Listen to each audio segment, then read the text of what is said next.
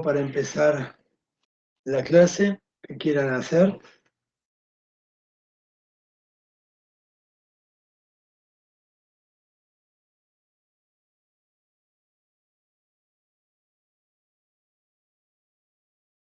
No. Bueno, comenzamos.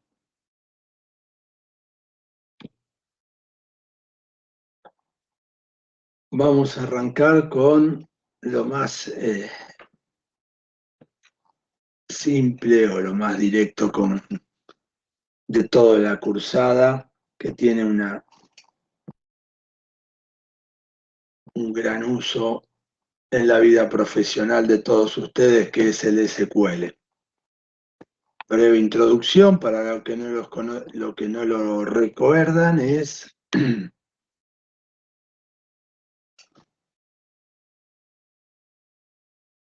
a ver.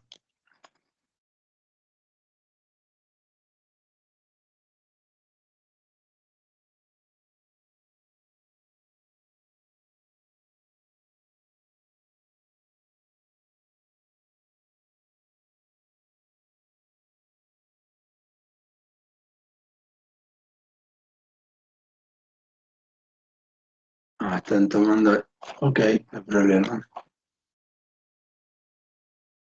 Bien, primer concepto, breve repaso de lo que estamos haciendo ¿qué podemos hacer con el SQL? Es el lenguaje de consulta de la base de datos del tipo relacionales, donde tenemos datos estructurados en tablas y a ese dato lo estamos consultando a través de un lenguaje estándar que sirve para cualquier base de datos que tenga un motor que interprete SQL. Otro punto importante, el estándar es el ANSI 92, del año 92, y con eso nos simplifica bastante el acceso a los datos, porque tenemos un solo lenguaje que puede ser aplicado a múltiples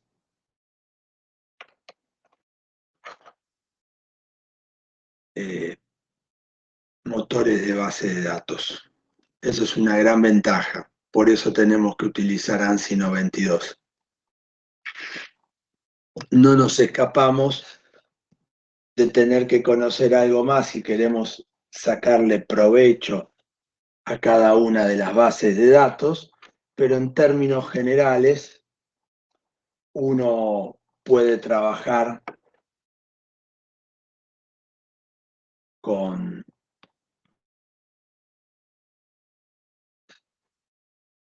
la base de datos a través del ANSI 92, no solamente como programador, como acceso de datos, sino también como administrador de la base de datos.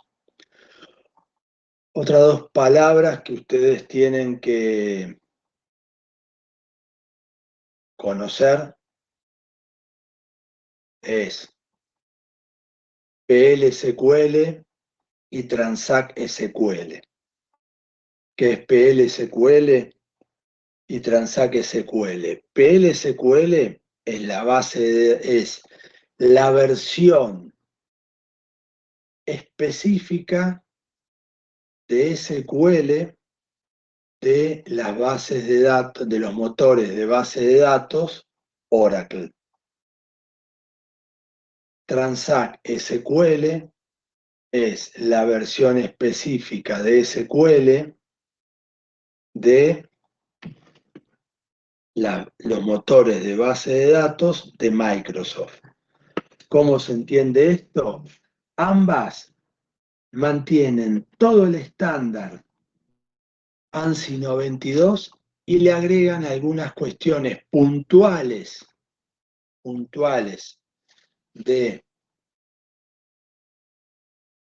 acceso o tipos de consulta muy específicos para sacarle un poco más de provecho a la base de datos con la que trabajan. Esto quiere decir que ustedes tienen que entender el ANSI 92 o el Transact SQL en un principio, no es recomendado. Lo que tendrían que hacer ustedes es conocer muy bien el ANSI 92. Saltar al PL/SQL o Transact SQL en un trabajo viene luego y es muy simple. Si ustedes son buenos en SQL, les puede llevar como una exageración una tarde. Conocer los recovecos o de PL/SQL o de Transact SQL.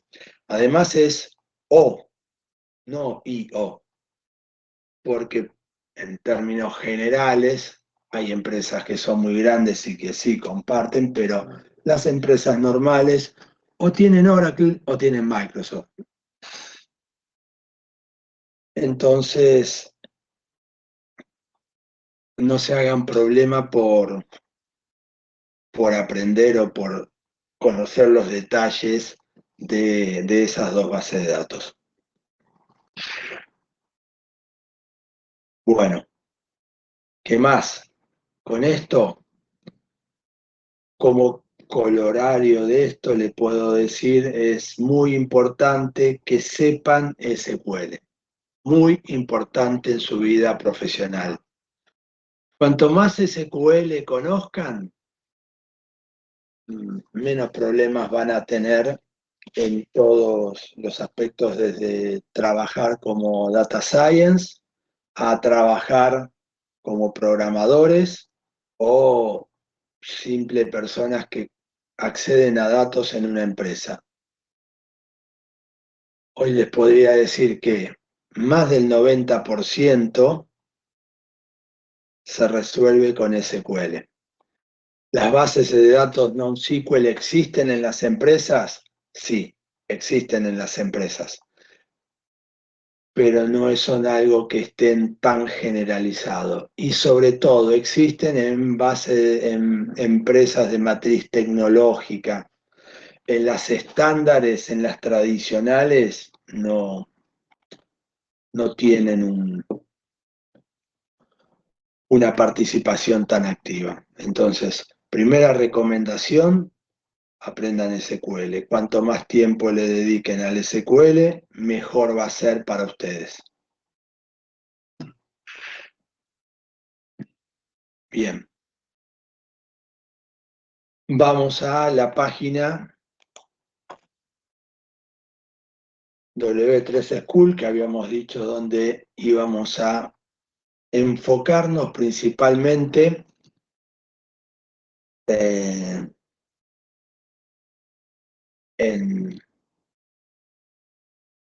base de datos, en SQL, para base de datos relacionales. Bueno, lo que tenemos acá a la izquierda es lo que vamos a ir explicando y lo que vamos a ir tratando de entender. Hay algunos que van a ser más visto más en detalle por su importancia y otros menos. Profe, no se está viendo, ¿eh? Perdón. ¿No se está viendo la...? No, lo está compartiendo. Gracias por avisar.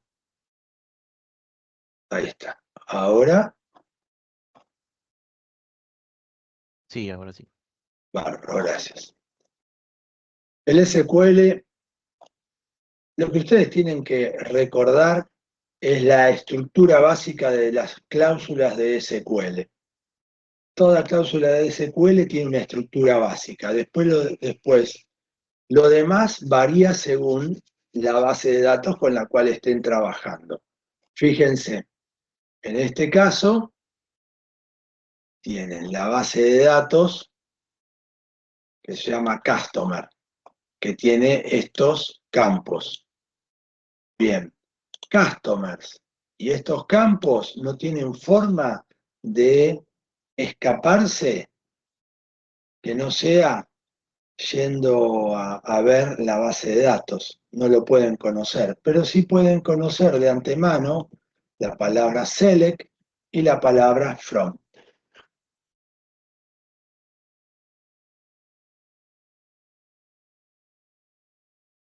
Que es la estructura básica. Y siempre es, todas las cláusulas de SQL tienen una estructura básica. Tienen que recordar medianamente eso y después las sacan todas. No se sacan estudiando de memoria, se saca entendiendo la estructura de cómo fue pensado el SQL. ¿Mm? Entonces, siempre arranca con una palabra clave. Como habíamos dicho la otra vez, mayúscula o minúscula no nos importa, pero es una regla de etiqueta de programación, las consultas de SQL, de escribir las palabras claves del lenguaje en mayúscula, todo en mayúscula. Bien, entonces, select y from. Selecciona esto de acá. ¿Ven cuál es la estructura básica? Le digo, ¿qué quiero tomar? ¿De dónde lo quiero tomar? Eso es lo que tienen que entender. Eso es el SQL. Todas las cláusulas son iguales. No es que empiezan todas con select, pero todas tienen, por familias, tienen una estructura. Van a ver que tienen la estructura del select, la estructura del insert, la estructura del update y la estructura del delete. Tienen una estructura básica. Y a partir de ahí construyen el tipo de consulta que ustedes quieran. En este caso estamos haciendo una consulta, seleccionar, no estamos haciendo ninguna modificación en la base de datos. Para terminar, el punto y coma no es obligatorio, pero es otra buena etiqueta de conducta de programación. Cuando terminamos de escribir la cláusula de SQL, ponemos punto y coma. Ahí está. Finalizamos con el primer ejemplo. Recuerden que acá abajo le da un poco más de descripciones y el try yourself era lo que nosotros podíamos ejecutar y ver el resultado de la consulta que habíamos hecho acá y la podíamos modificar. Esto es lo que ustedes tienen que entrenarse periódicamente y le dan y le dan y le dan y van a ver que en poco tiempo hacen la diferencia. ¿Qué es la palabra distinct? Ustedes cuando ponen select y ponen los campos, va a traer todos los valores, pero hay una cláusula específica que lo que le está diciendo, una extensión del select, que es la palabra distinct. Lo que estoy diciendo acá en esta cláusula es, anda a la tabla siempre, anda a la tabla customers y búscame el campo country, buscame el campo country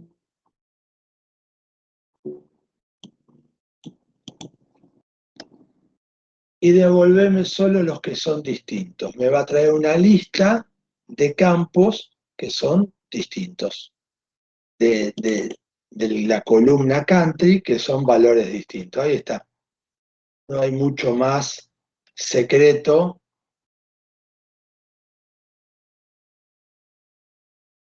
¿Ven? Me trae una sola columna country, que es la que puse acá, y todos los países. ¿Ven? Ahí está. Todos los países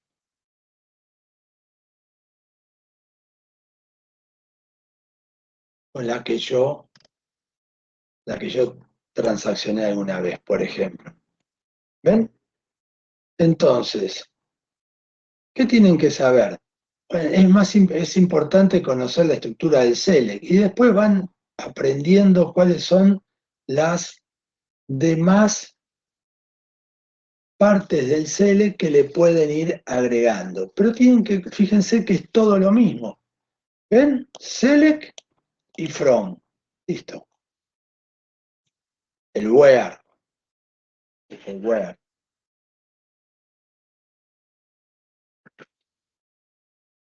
Esta es una parte extremadamente importante del SQL. Todos los que trabajamos con SQL le prestamos mucha atención al where. El where es la condición que se le va a aplicar a una búsqueda. Acá nos aparece el asterisco. Recuerden que el asterisco era un wildcard, es un atajo que tenemos en el SQL. Esto lo que quiere decir es, tómalo con todas las, devolveme todas las columnas de la tabla Customer. En vez de tenerlo que escribir, pongo asterisco y me ahorro de escribir todos los nombres de las columnas de la tabla Customer. Entonces fíjense, el where. El where lo que me está diciendo acá es que de la columna, siempre fíjense que va contra una columna. Estas son las otras cuestiones que voy a ir entendiendo. El where tiene que ir contra una columna específicamente, una o varias, pero tiene que estar el nombre de la columna y la condición contra la cual la quiero comparar. En esto lo que estoy diciendo es algo tan simple como que el país sea igual a México. Ya está. Fíjense, lo pongo ahí para que sea más claro. Select from where. Este sería el estándar de la aplicación de una consulta estándar que nos va a servir habitualmente para trabajar en SQL. Si la parte del where es poco eficiente la consulta, porque siempre me estoy trayendo toda la base de datos. Y la tabla, quiero decir, de la base de datos. No es muy eficiente, pocas cosas, quiero ver todo, me confundo. Entonces, recuerden este hito. Select from where. Select from where es la combinación que más habitualmente ustedes van a trabajar. Les diría que el 80% del trabajo que van a hacer en SQL va a estar encerrado en select from where. Y el 20% en el resto de las cláusulas. Pero select from where siempre lo van a tener que estar aplicando. Entonces ahí está. Ahí lo tienen. Select from where. Nos queda claro. Lo que yo puse que es el country México, fíjense. ¿Ven? El asterisco impacta ¿en dónde? En todos los nombres de columnas, me trae todas las columnas. Pero cuando yo voy a ver a country, que es el que está en la cláusula where, solo veo México, México, México, México, México. Entonces acá ya tienen una herramienta para pensar consultas de SQL como ustedes quieran, porque van a ver que pueden poner que sea el country México y Argentina, o que sea de México y que la ciudad sea, bueno, acá son todos DF, y que el address esté en Sierra de Granada, o que el contacto empiece con A, el contact name. Son todas combinaciones. Ustedes piensen que el SQL fue pensado, fue desarrollado para que ustedes puedan extraer hasta el último detalle de una celda de una tabla. O sea, pueden hacer múltiples combinaciones para extraer el dato que ustedes quieren. Eso es el SQL.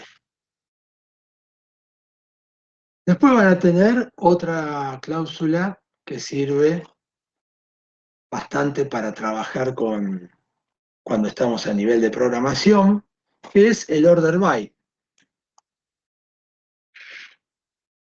El order by no es nada más que decirle a una columna, a esta columna, decirle, ordenate por esta columna. No importa el orden físico que tiene la tabla, lo que yo voy a hacer es ordenarme por columnas. Nada más que eso. Ahí está. Entonces, price, vamos. Fíjense.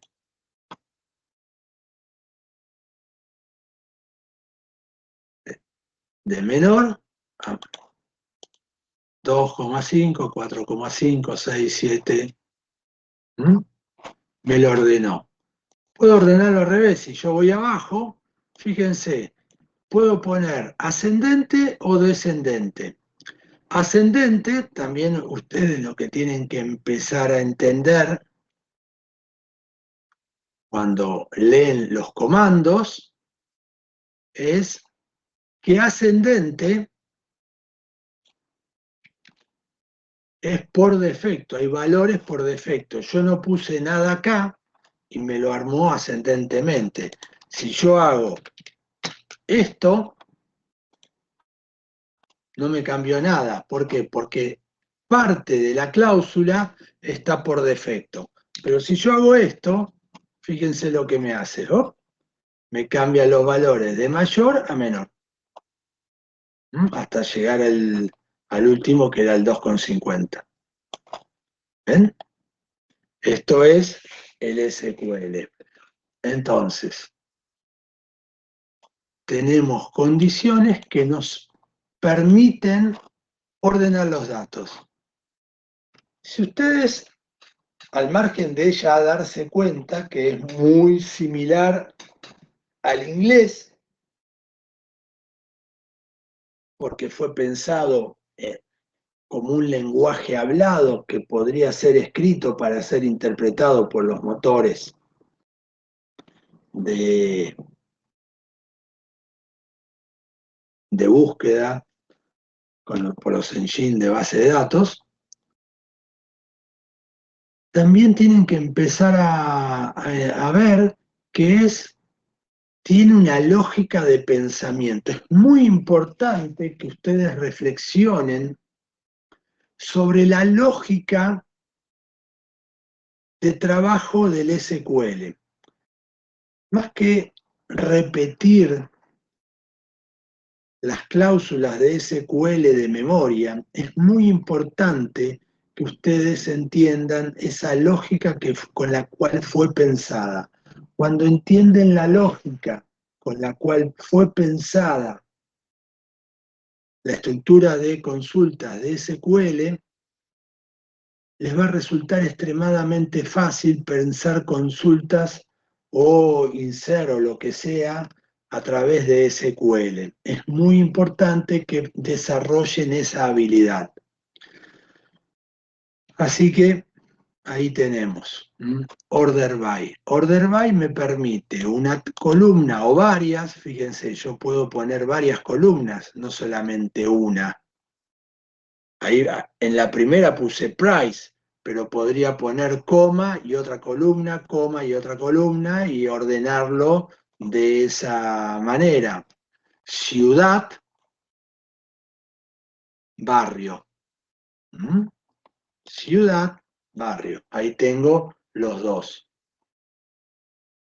Ascendente o descendente. Después, cuando se vayan poniendo más cancheros, van a ver que no, si ponen todas las columnas pueden poner también cada una de las columnas como quieren que se ordenen. La primera que vaya en orden ascendente y la segunda en orden descendente, por ejemplo, se puede hacer. Pero ven que es muy sencillo el SQL. Es muy, muy sencillo. Y es algo que en cualquier búsqueda laboral de programador, lo que va a ver es SQL. Y en cualquier examen le van a tomar SQL. Con lo cual, ustedes deberían prestarle una significativa atención. AND. ¿Qué es el AND? Bueno, era lo que le faltaba al WHERE. ¿Por qué? Porque teníamos una sola condición, en este caso que el país es España. Pero si yo quiero tener, y que además es el AND. Estas son las tablas, esto funciona como la lógica proposicional, como lógica de segundo grado, las tablas AND y OR que hemos visto en la escuela secundaria. Entiendo que se siguen viendo todavía, pero son esas tablas, AND y OR. Tenía OR exclusivo, OR inclusivo, el AND. Con el AND y el OR, y saber que hay dos tipos de OR, se acabaron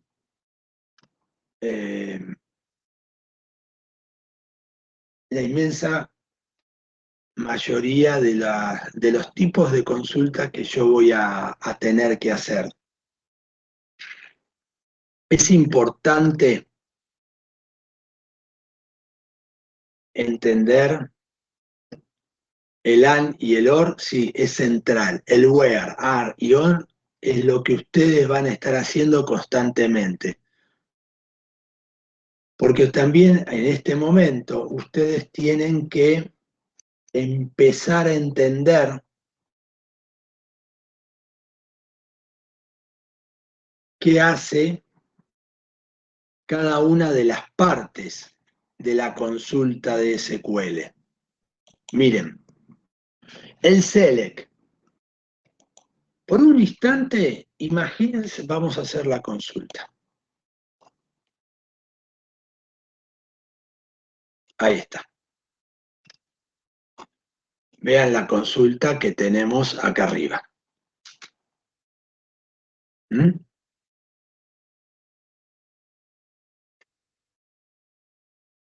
El select, ¿cómo corta la tabla de base de datos? Cuando digo cómo corta la base de datos, ¿qué es lo que me permite seleccionar?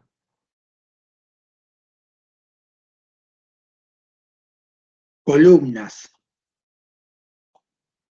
Para que se lo vean gráficamente, es como cortar verticalmente. ¿Está? Corto verticalmente la tabla. Le puedo decir todos o le puedo decir que estos tres campos que van separados por coma.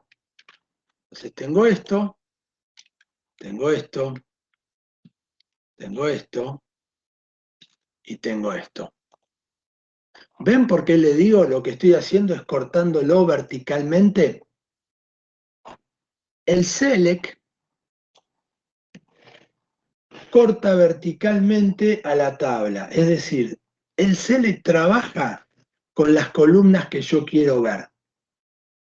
El select trabaja con las columnas que yo quiero ver. Si yo vuelvo a poner asterisco, veré todas las columnas. No tengo ningún problema ahí. Entonces, el select corta verticalmente a la tabla. Y el WHERE corta a la tabla horizontalmente. ¿Qué estoy sacando? Solo dos registros, Fíjense, si yo le saco esto,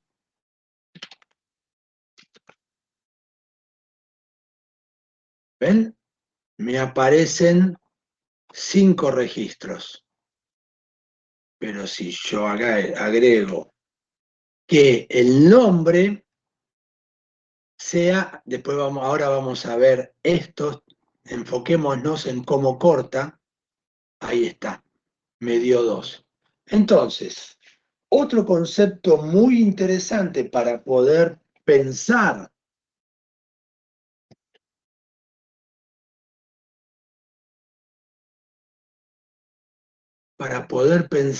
lo que es una consulta en SQL es que en la parte del select voy a hacer el corte vertical de los campos que yo quiero ver y los que no quiero ver, o sea, selecciono, discrimino los campos que quiero ver y los que no quiero ver, y en el where selecciono los registros, las filas que quiero ver y no quiero ver, que van a estar condicionadas por la parte del select que me va a mostrar solamente algunas columnas de esas filas. Entonces, el select corta la tabla verticalmente, el where corta la tabla horizontalmente. Si yo tengo ya 2 herramientas que me permiten cortar verticalmente o horizontalmente, ya tengo forma de sacar hasta una sola celda si quiero. Estamos a partir de una celda o toda una tabla ya con estos 3 campos, select, from, where. O sea, con una sola cláusula ya lo puedo hacer. Le tendré que poner un nombre de columna al select y en el where tendré que hacer una condición combinando and y or, podrá ser para sacar una sola celda. Bien. Cuando digo cortar es seleccionar, ¿no? ¿Qué es lo que entra y qué es lo que no entra en la consulta? A eso estoy haciéndome referencia. Bien. Ahora estamos viendo acá que Customer Name no tiene el símbolo de igualdad como Spain, sino que dice like, una letra G y un %. Pero tanto country como customer name son del tipo string, o sea, no son campos numéricos, son del tipo string, texto. Bien, aunque técnicamente son 2 cosas distintas, es texto y string, pero son palabras diferentes que yo puedo poner ahí adentro. Listo. Country y customer name. Yo podría haber hecho lo mismo que estoy haciendo en customer name con country, sí, puedo hacer lo mismo. La diferencia que ustedes están viendo ahí no es menor. Me va a ayudar a seleccionar un montón de cosas, pero además me va a permitir trabajar y mejorar mi capacidad de búsqueda.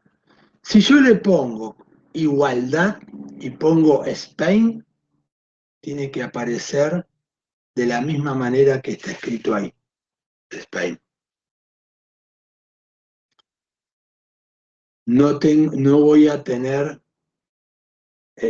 otra forma que aparezca la palabra Spain en country.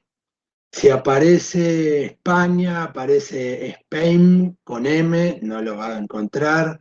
Si República de Spain, tampoco lo va a encontrar. Tiene que ser igual, exactamente igual. Por otro lado, cuando yo pongo la palabra like en un campo que es string, que es texto, varchar para ser más exacto, como se denomina virtualmente en base de datos este tipo de campo, lo que estoy diciendo es, bueno, que se parezca a qué. En este caso es que empiece con G y después tengo un comodín, que es el %, que lo que dice, que le hace al intérprete de SQL es que empiece con G y a partir de ahí, lo que sea. ¿Estamos? Que empiece con G y a partir de ahí, lo que sea.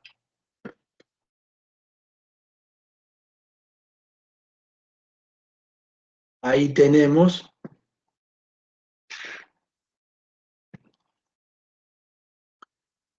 lo que nos dice el like. Like, la palabra G y el %.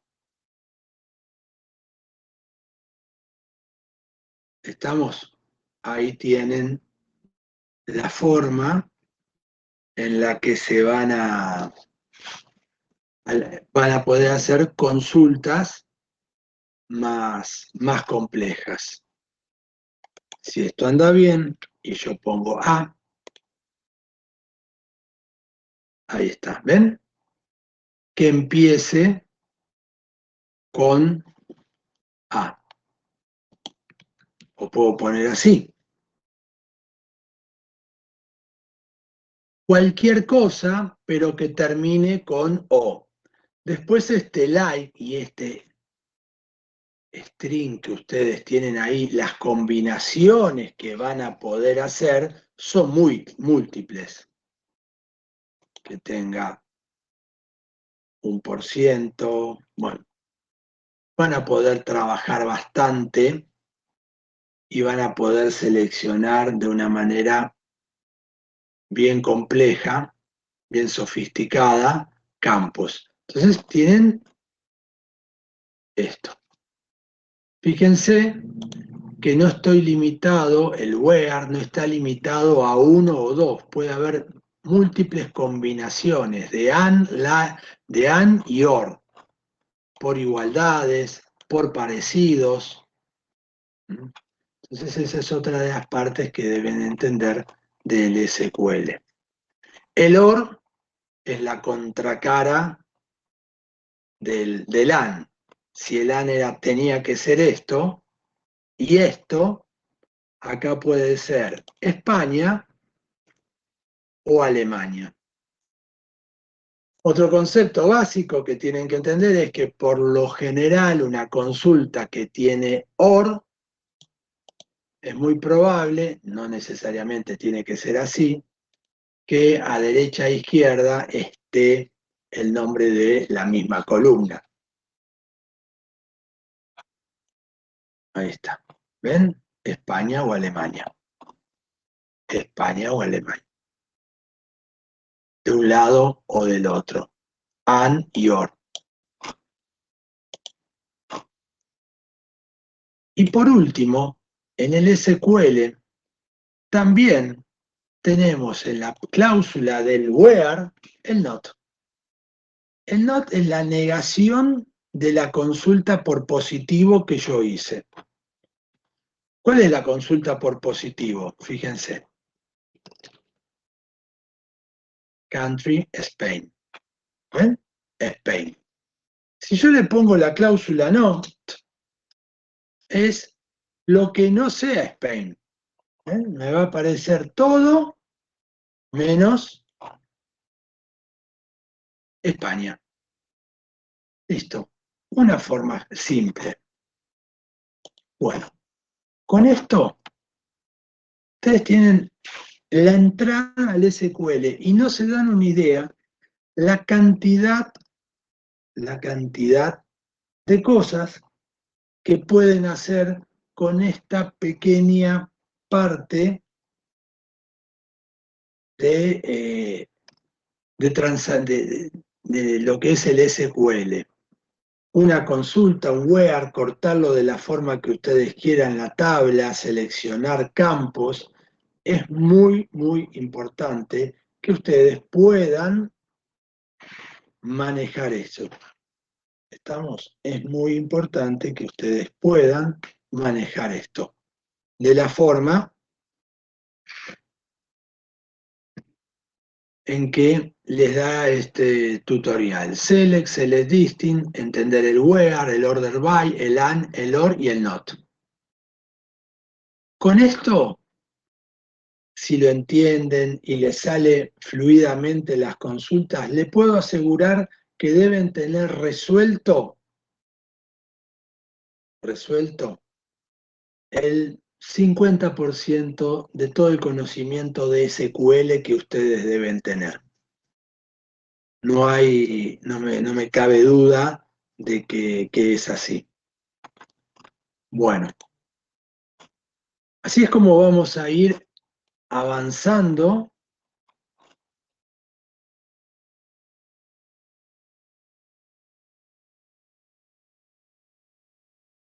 Ahí están las preguntas, ahora las veo. Pregúntenme en voz alta, porque como tengo la pantalla compartida, no me doy cuenta de que me van preguntando. ¿El distinct es que no traiga country repetido? Sí, es así. Bien, Angie. Y después, ¿qué era el asterisco? Es que en vez de ponerle todos los nombres de los campos, de las columnas de una tabla, simplemente le digo, poneme asterisco y así no me tengo que escribir todos los nombres de las columnas. Es un atajo. Bueno, eh, hasta acá, con el SQL, ¿cómo venimos?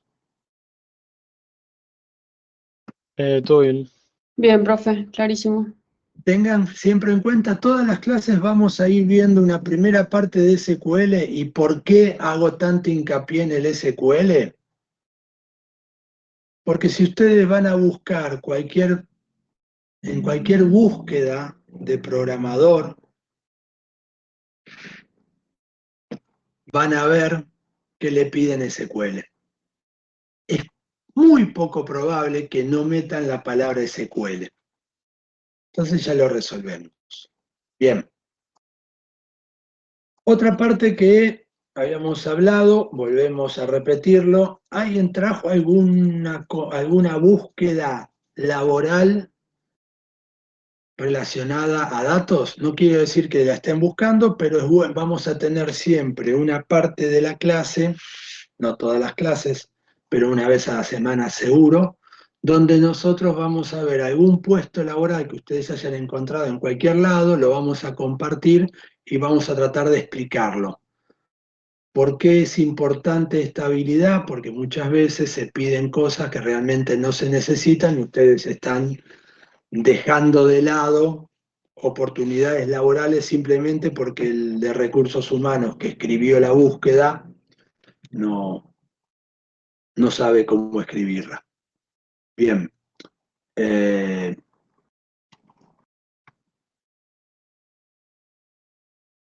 ¿Alguien buscó algo?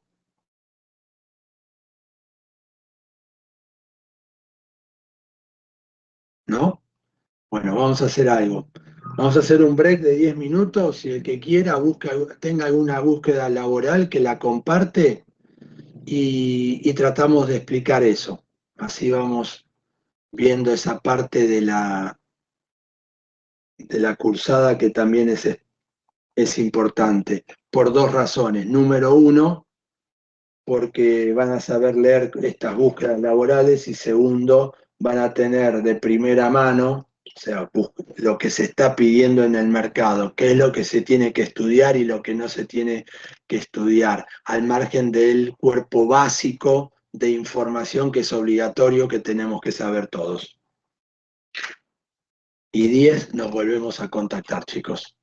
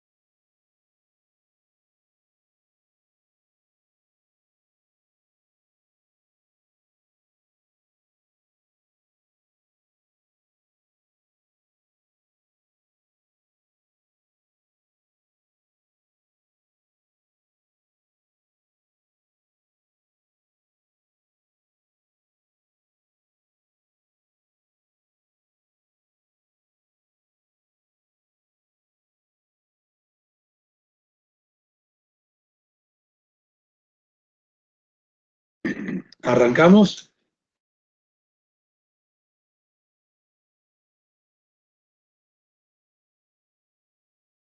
Bien, ahí Swiss Medical, Angie, tiene una duda. Tenemos varios. A ver, vamos. Sí. Vamos a arrancar. Primero, mi duda es, en esta materia se ve solo SQL, no sé por qué le llaman TSSQL. Bien, primera parte en Swiss Medical, ahí Angie. Nos vamos a enfocar específicamente en SQL. El SQL es el estándar de SQL. Es el estándar de SQL. Cuando vos ves la palabra T-SQL, es Transact SQL. Es la versión específica de los motores de base de datos de Microsoft. Y cuando vos ves PL/SQL, es la versión específica de los motores de base de datos Oracle. Entonces, TSQL es el SQL de Microsoft, PL/SQL es el SQL de Oracle. Pero, ¿qué es? Esto es un error habitual que cometen en todas las búsquedas laborales. Es porque no entienden el trasfondo de esto. El TSQL y el PL/SQL es el ANSI 92 en un 95%. O sea, es completo el ANSI 92. Y le agregan un 5% más de consultas específicas que solo corren en el motor de Microsoft o en el motor de Oracle. Pero nada más que eso. Entonces, cuando ustedes vean TSQL o PL/SQL, lo que tienen que hacer es lo siguiente. Sepan bien SQL, practiquen el SQL y después lo que le piden. O sea, que le piden TSSQL, PL/SQL y SQL, y que una sola persona tenga que saber las tres cosas. Te lo traduzco en lenguaje futbolero, que seas buen delantero y buen defensor al mismo tiempo. ¿Existe alguno? Ahí sí, alguno va a existir, pero es muy difícil. O sos mejor defensor o sos mejor delantero. Entonces, para esta primera parte de la búsqueda, especializate en SQL y después preguntale a ChatGPT cuáles son las cláusulas de SQL que se agregan al TSQL y después otra consulta al PL/SQL. Y les va a dar 2 o 3 detalles de cláusulas de SQL que se agregan en cada uno. ¿Por qué se agregan? Bueno, porque según como está escrito el motor de base de datos, las empresas quieren aprovecharlo más, pero no quieren salir del ANSI SQL, del ANSI 92. Entonces le agregan eso. Después lo que dice el shell scripting en SQL Server, así escrito, como te lo están pidiendo, es... Vos te acordás que habíamos dicho que las bases de datos no tienen interfaz gráfica. Las bases de datos es un motor que se le pone una interfaz gráfica para que lo podamos consultar.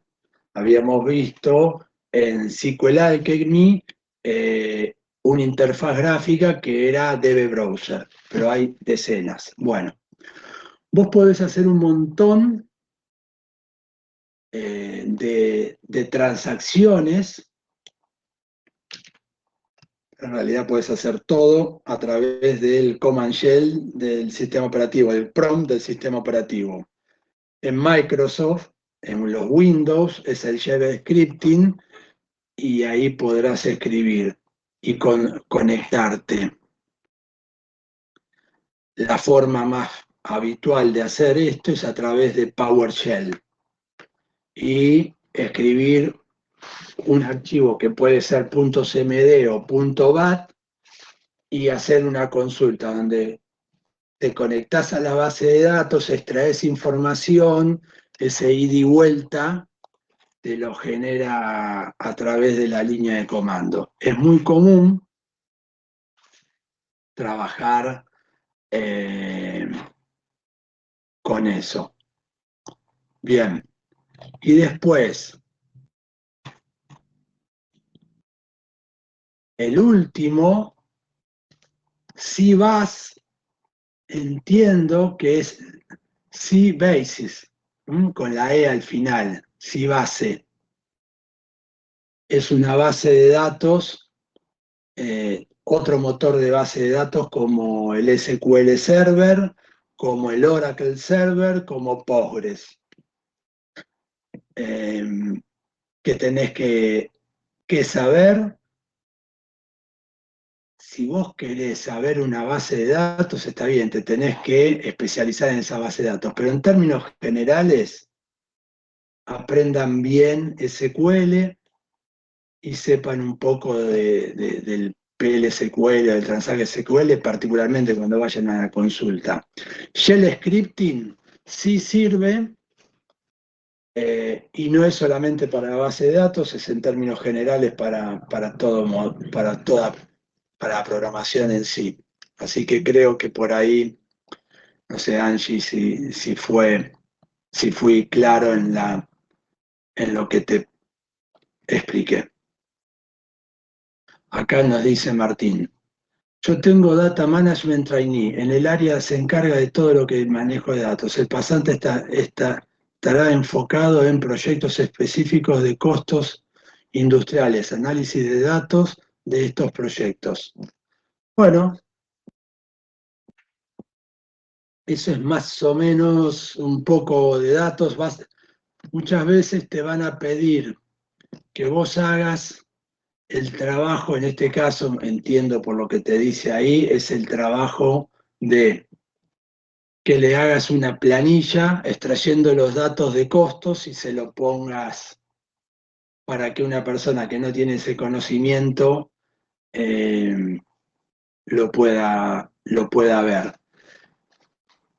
Dependiendo de dónde está el manejo de datos, cuando decís el encargado de todo lo que está el manejo de datos, es dependiendo de cuál fue el origen de los datos, si es en una base de datos SQL, vas a poder ver lo que está acá, pero muchas veces los orígenes para esto, que te lo ponen así, para que se lo dibujes, para que se lo armes, puede ser desde una planilla de Excel, un archivo plano, te va a venir un mail donde vas a tener que extraer datos y el SQL, y con todo eso le vas a tener que hacer el tablero.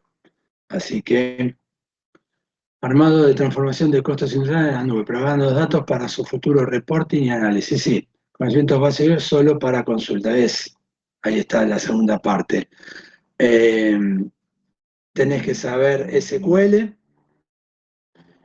y costos industriales en la nube. Fíjate, no te dice qué nube, con lo cual, ustedes cuando ven la nube y a este nivel tan elemental, olvídense de la palabra nube, porque ustedes van a tener un acceso a través de una interfaz gráfica, que podrá ser web seguramente, donde ustedes se conectarán a los datos que estén en la nube particular que tenga. Con lo cual, todos hacen reporting y análisis. Cuando te dicen reporte y análisis es traer datos de 25 lugares distintos, por lo general de manera manual, y después los agrupan y se los presentan en un tablero de Power BI o de Tableau o de ClickView y para que otras personas lo vean. En en el primero que estamos viendo de Martín, tiene que ver lo de shell scripting que veía Angie, que decía Angie. ¿Por qué? Porque muchas veces nosotros podemos automatizar ese proceso, y acá aprendan otra palabra, RPA, Robot Process Automation. Eso es lo que se trabaja habitualmente. Si me lo piden como única vez un reporte, lo hago manualmente, extraigo los datos, es más rápido. Pero si a mí me lo van a pedir todos los meses, yo voy con shell scripting, muy probablemente, voy a hacerme un proceso, lo puedo hacer también con Python, que se ejecute por el shell, que vaya, tome los datos y me los formatee y me los deje en un solo lugar. RPA. Robot Process Automation, es otra herramienta, otra técnica que les convendría ir entendiendo. Ahí Matías nos puso el link y después nos puso la especificación, arquitecto de datos. A ver, ¿qué es el arquitecto este? Para ver las verificaciones de empresa únicamente, empleo remoto, coincido, 17 horas. Acerca de cosas. En Stefanini, la consultora, o sea que vos vas a trabajar para otra empresa. Stefanini es una consultora chilena que es muy, muy importante en Latinoamérica. Estamos comprometidos. Posiciones. Descripción del trabajo, ahí está. Diseñar y desarrollar arquitecturas de datos escalables y seguras en Google, en la nube de Google. Colaborar con equipos multidisciplinarios para entender y traducir requerimientos de negocio y soluciones técnicas. Implementar y gestionar pipeline de datos utilizando BigQuery y Dataproc. Optimización del rendimiento de base de datos, aseguramiento de la integridad de los datos, desarrollar y mantener documentación técnica, guías y mejoras, participar en la resolución de problemas. Requisitos, tener 3 mínimos años, ser experiencia práctica en GB como BigQuery, Dataflow, Python, PySpark y Scala, SQL, ETL, ahora le explico lo que es, herramientas CDI, Continuous Integration, bueno, este es un puesto senior lo que les están pidiendo. Al margen de todo esto, sí realmente, este es lo que se denomina habitualmente un puesto 2x1. En realidad son dos perfiles los que le están pidiendo. Pero como quieren reducir costos, hoy es muy común que te den un 2x1. Y he visto 3x1 y hasta 4x1 alguna vez. ¿Qué quiero decir 2x1? Que en realidad son dos puestos que existirían en la empresa y que en una situación normal lo ocuparían dos personas, pero se lo ponen a una sola persona. Y en la descripción del puesto te dicen una sola persona. Bueno, las nubes, primero. Arquitecturas escalables en las nubes. Uno puede tener conceptos generales de lo que es una arquitectura escalable, pero después cada nube, las tres principales, en orden de prioridad, Amazon, Microsoft y Google, disculpen, tienen sus propios conjuntos de datos y tecnologías. Entonces, acá te pide una particular. Bueno, si no lo sabes, si no sabes esto, ya quedás afuera. Pero la de Google no me pondría a estudiarla mucho.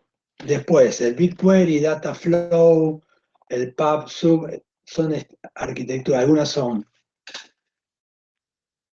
Todas estas son herramientas propias de Google que se integran en su nube, no tiene mucho más que eso. Pero bueno, abajo los requisitos necesarios. Conocimiento de SQL. Fíjense, lenguajes de programación como Python, PySpark y Scala. Está mal escrito eso. PySpark no es ningún lenguaje de programación. PySpark es una librería de Python para acceder a Spark, que es una herramienta de Apache para procesamiento distribuido. Los lenguajes de programación son Python y Scala. Así que lo que te está diciendo esto es, tenés que saber SQL, tenés que saber Python, tenés que saber Scala y tenés que conocer una librería puntual que se llama PySpark, que interactúa con los clústeres de Spark de Apache. Experiencia en el diseño y la gestión de ETL. ETL es Extraction, Transformation and Load. Y lo que es eso es tomar, es muy común, ¿se acuerdan con lo que habíamos dicho del scripting? Bueno, y por acá arriba decía algo más particular, era este o era el que estábamos viendo antes. Un data flow, bien, ahí tenemos otra palabra relacionada. Ustedes van a tener que migrar, es muy común que las empresas tengan una arquitectura que es muy distribuida y muy heterogénea. ¿Y por qué surgió eso? Porque cada uno de los cristianos que estuvo haciendo una aplicación la hizo como sabía, algo como podía o como los recursos que tenían. Entonces, ¿qué es muy común en las empresas? Pero muy común. Que tengan datos que vienen de distintas bases de datos, que están almacenados en distintas bases de datos, que están en planillas de cálculo, que están en archivos planos, que están en mail, que están en inmensa cantidad de fuentes totalmente dispares. Pero cuando ustedes quieren hacer realmente un análisis, lo que se llama analítica, para presentarle business insights, los insight de negocio, los nortes de los negocios, hacia dónde tendría que ir el negocio.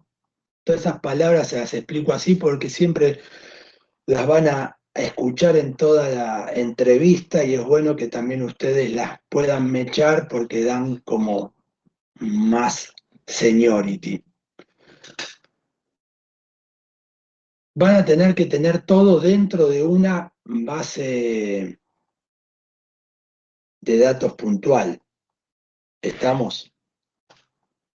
Dentro de una base de datos puntual para poder acceder, por ejemplo, con Power BI y hacer consultas, si no es inmanejable.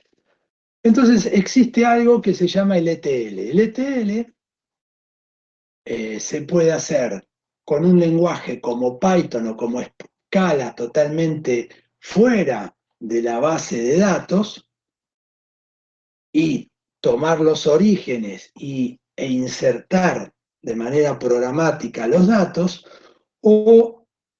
y eso es ETL, acá no especifica lo que es, con qué herramienta particular, o por ejemplo, todas las bases de datos principales traen un gestor de ETL, que es una interfaz gráfica donde arrastran y pegan una secuencia de pasos para tomar datos de distintas fuentes, hacerle alguna transformación e insertarlo en la base de datos. Entonces, el ETL extracción, transformación y carga es el proceso por el cual ustedes toman distintos orígenes de datos, los transforman, cuando yo le digo los transforman, es los normalizan al formato que tiene las tablas donde va a quedar definitivamente y lo cargan en esas tablas. Extracción, transformación y carga. Eso es el ETL. Esto en sí es un trabajo, es un puesto de trabajo, para que se den una idea. ¿Ven? Estos dos puntos, SQL, Python, Scala, que trabaje con Spark y ETL, eso es una descripción de puesto, completa. Con eso solo ya es uno del 2x1 que yo le decía. Después, familia de práctica de DevOps. ¿Qué quiere decir DevOps? Es pasar a producción, de desarrollo, development to operations. Es el proceso por el cual ustedes tienen que pasar de un entorno a otro. Es súper complejo, hay cuestiones de seguridad, y las herramientas CI, CD, es Continuous Integration, Continuous Deployment, son herramientas como Jenkins, una muy conocida open source que se utiliza habitualmente, que lo que hace, ustedes configuran esa herramienta y pueden activarlo de manera automática, periódicamente, que vaya a ver si hay alguna nueva versión en algún branch del control del repositorio de código, y lo que hace es, toma eso, le pueden poner un montón de pruebas automatizadas, si pasan, se hace el deploy, y le pueden hacer todo lo que harían ustedes manualmente, lo automatizan con eso. Entonces, ¿cada cuánto? Una vez al día, a las 2 de la mañana, ponen que vaya a chequear el control de versiones. No en la main, lo pondrán en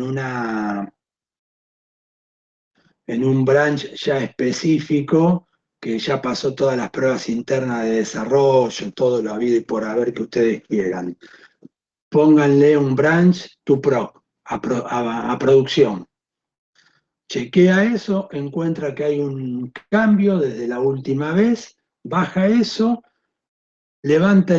puede levantar un entorno virtual, genera todo el set de pruebas automatizado que le hayan definido, hace todos los procesos y si anda todo bien, pásenlo a producción. Él mismo lo pasa automáticamente, resetea y vuelve a probar todo el ambiente.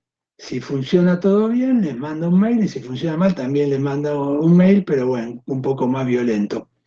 Y esas son las herramientas CI/CD. Jenkins, si quieren ver, con J y K.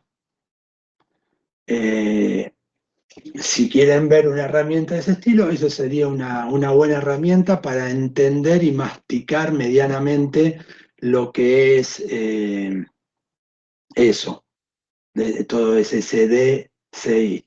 Después, por supuesto, en cada empresa que hay, muchos van a utilizar eso, pero otros utilizarán otras o herramientas pagas. Así que ahí tienen solucionado. Capacidad para trabajar de manera autónoma. Sí, esta es la falacia de quieren que seamos autónomos, pero si somos muy autónomos no les gusta porque no les comentamos lo que estamos haciendo.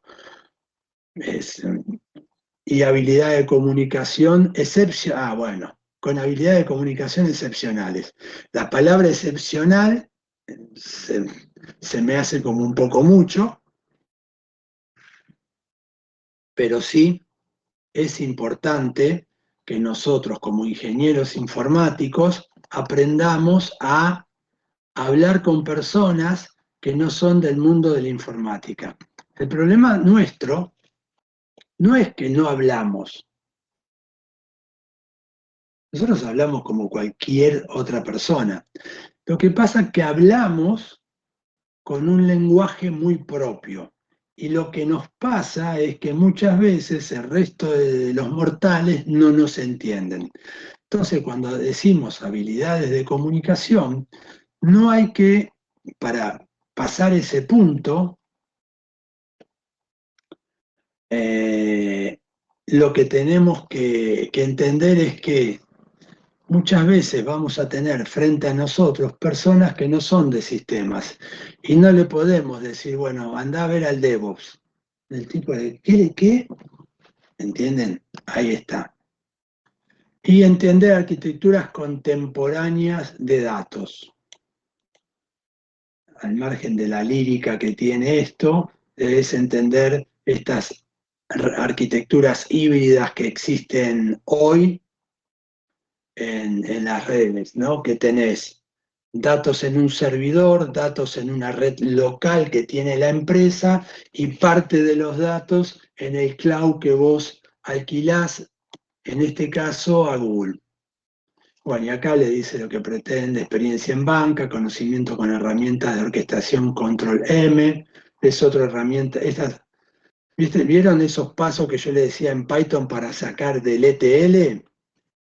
Control M es una herramienta que orquesta esos pasos. Ustedes hacen los pasos separados, chiquititos, y después con esta herramienta dicen primero esto, segundo esto, si anda mal hace esto, si anda bien hace esto otro. Eso es lo que se llama